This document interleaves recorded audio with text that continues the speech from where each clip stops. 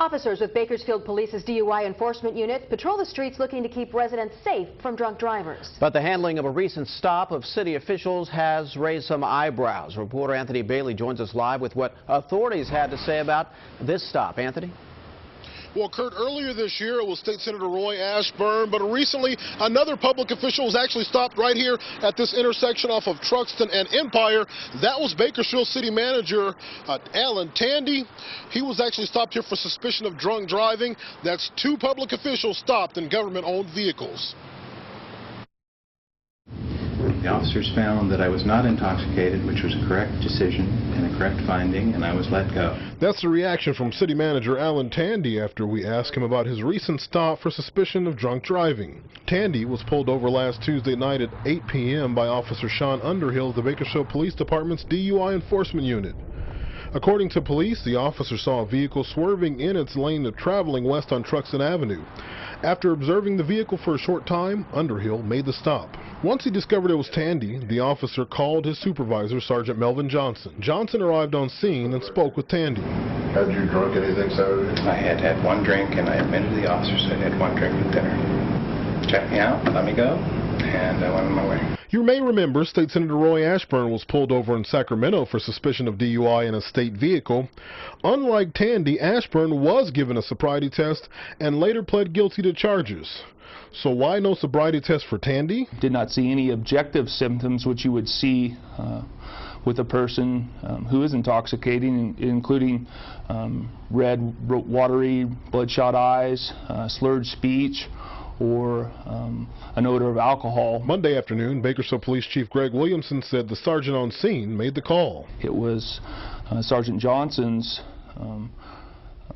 recommendation through his investigation that Mr. Tandy was not intoxicated and that he would be safe to drive home. And how did he come up with that conclusion?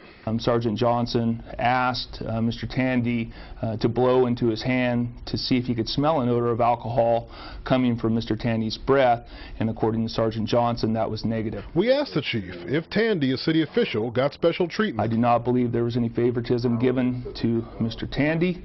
I don't think that either of them would jeopardize their positions with the police department by allowing anybody to leave a traffic stop who was intoxicated, who had the potential to go out and harm themselves or harm a member of our society. So at the end of the evening, no arrest was made, no charges filed.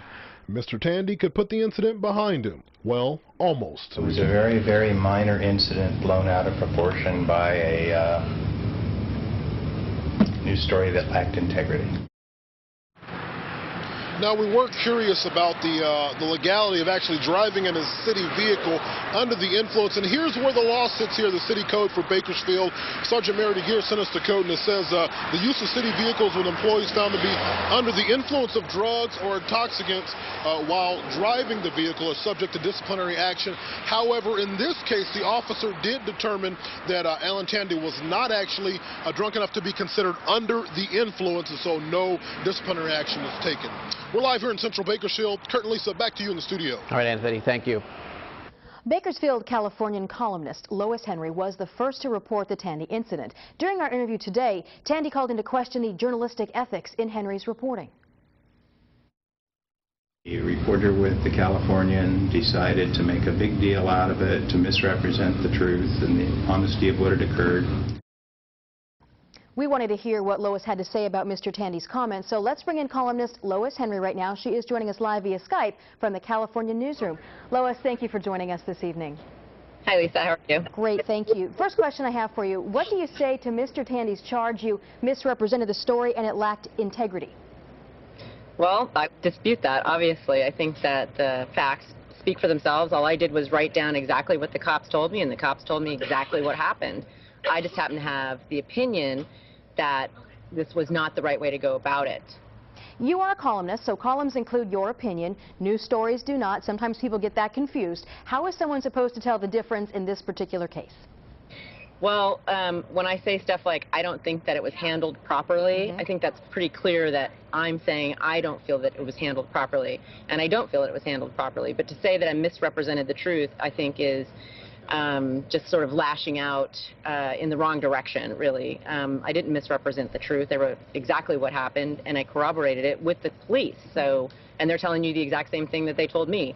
So I think that the truth was represented, and I just, I didn't like how it was handled, and he doesn't like my take on the truth. That's about it. Do you think then that Mr. Tandy was getting some special treatment? Absolutely.